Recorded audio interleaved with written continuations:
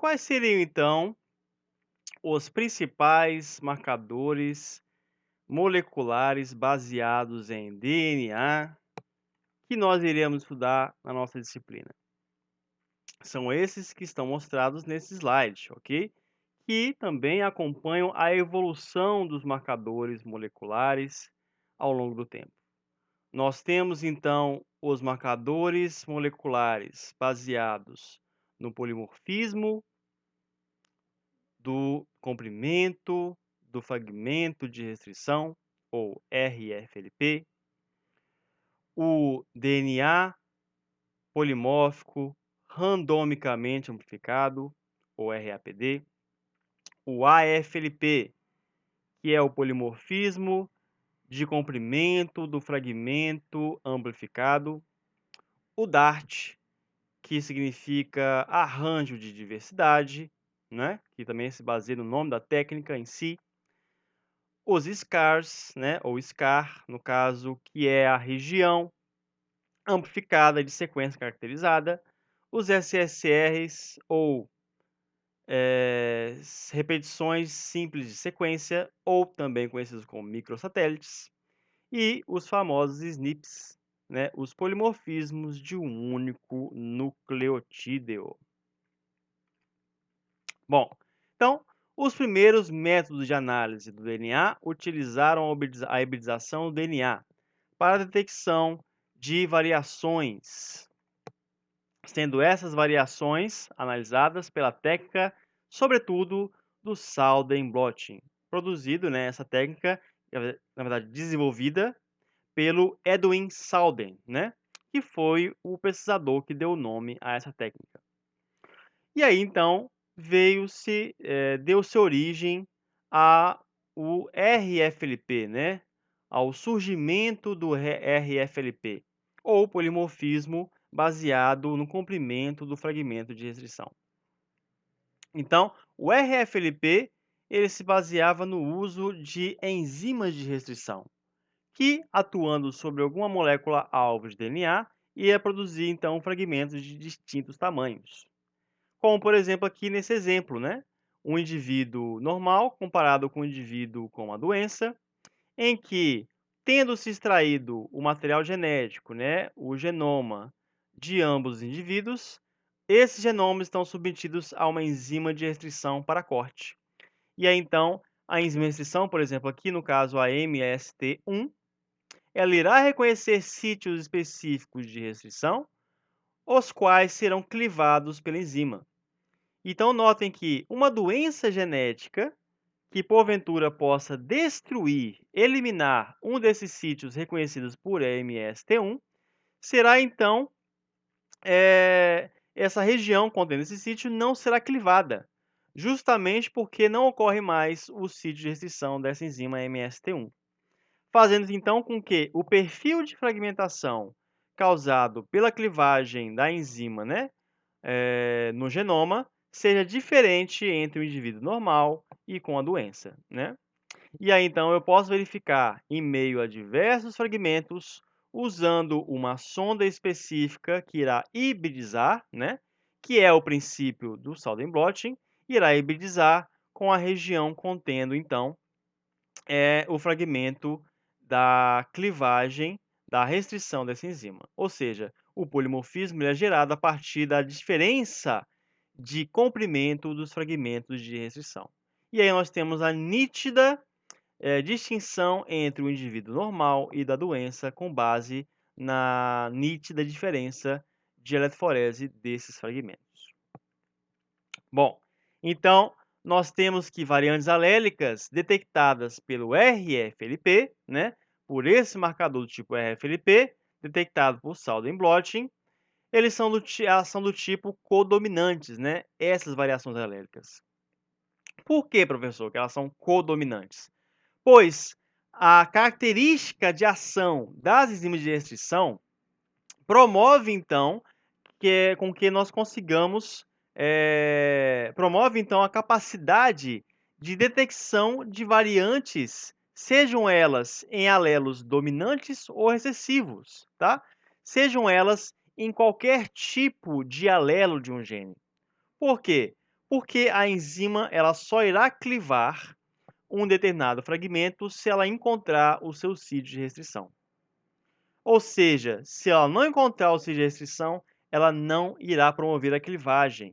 E aí, então, eu consigo distinguir, por exemplo, se nós temos 3 indivíduos, um indivíduo que é homozigoto dominante, um indivíduo que é homozigoto recessivo e um indivíduo que é heterozigoto, ou um indivíduo que seja codominante, com 2 alelos codominantes, mas ele é homozigoto, homozigoto com a outra versão do alelo, e então heterozigoto, 3 fragmentos genômicos submetidos à mesma enzima terão, então, distintos perfis de eletroforese.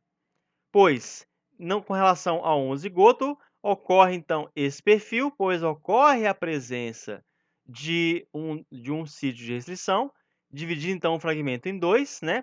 Considerando aqui, gente, que nós temos apenas um sítio presente nesse genoma, nesse fragmento de DNA que foi clivado, então eu divido ele em 2, né? O homozigoto recessivo, né? O homozigoto para o outro alelo, no caso, que não é dominante, ele então, sendo que ele não possui esse sítio de restrição, ele não será clivado, então mantendo-se então com o tamanho original.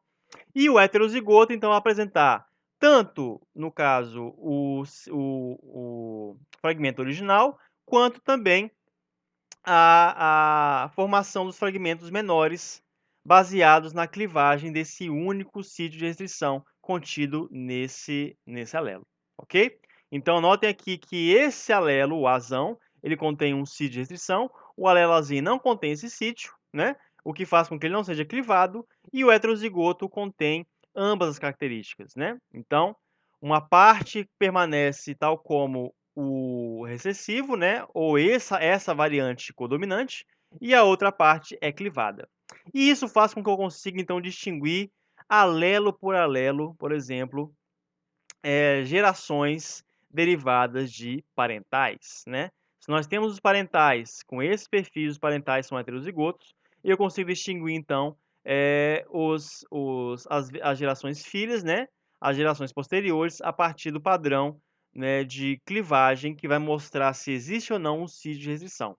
É a característica da enzima de ser específica para um único sítio e não permitir clivagem em sítios que não sejam específicos que faz com que todas as variantes aléricas sejam determinadas, discriminadas na técnica de RFLP, ok? Então, o polimorfismo de comprimento de fragmento de restrição de DNA, ou RFLP, ele tinha como principal problema, porém, né, a necessidade de grandes quantidades de DNA inicial, pois o fragmento ele não podia ser já degradado, né? O DNA ele não podia ter artefatos da técnica, ele não podia já ter um perfil de fragmentação previamente à utilização da enzima. Justamente porque você quer analisar toda a contribuição da enzima na fragmentação do seu DNA genômico. Então, dessa forma, o DNA ele tinha que ser em grande quantidade para que eu pudesse ter grandes perfis eletroforéticos e de forma íntegra, né? Porque eu não posso confundir fragmentação não específica com a fragmentação específica. E aí nós temos o advento do PCR, né? O advento do PCR a partir da descoberta, né, da proposição por Kary Mullis, né, na década de 80, né? Aqui nós temos aqui o livro dele Dançando no Campo da Mente, né? Ele fala como que ele descobriu, no caso, né, ele desenvolveu essa técnica da reação em cadeia da polimerase. Essa reação, no caso a PCR, permitiu a automação, né, da descoberta, né, da descoberta de novos marcadores moleculares, justamente utilizando o princípio da replicação, porém in vitro, né? Colocando todos os reagentes requeridos para o processo de replicação em um único tubo de PCR, nós então fazendo várias etapas de desnaturação, anelamento e extensão repetidas em vários ciclos, era possível então obter de forma automatizada, de forma em larga escala, né, a obtenção de fragmentos que poderiam ser, porventura, polimórficos. E aí o PCR trouxe uma diversidade de facilidades, né? A facilidade da técnica em si, por ser uma técnica que basta que nós colocássemos todos os reagentes necessários para que ocorra essa replicação in vitro, né? A maior sensibilidade e poder de discriminação também foram fatores essenciais, a automatização do processo.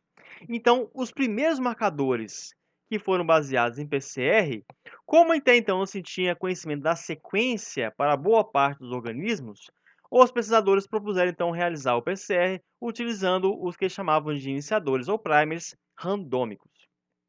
Ou seja, competia ao pesquisador desenvolver, né, desenhar na sua cabeça esses primers para que pudessem ser então anelados com regiões aleatórias, com regiões desconhecidas no genoma de um dado organismo-alvo.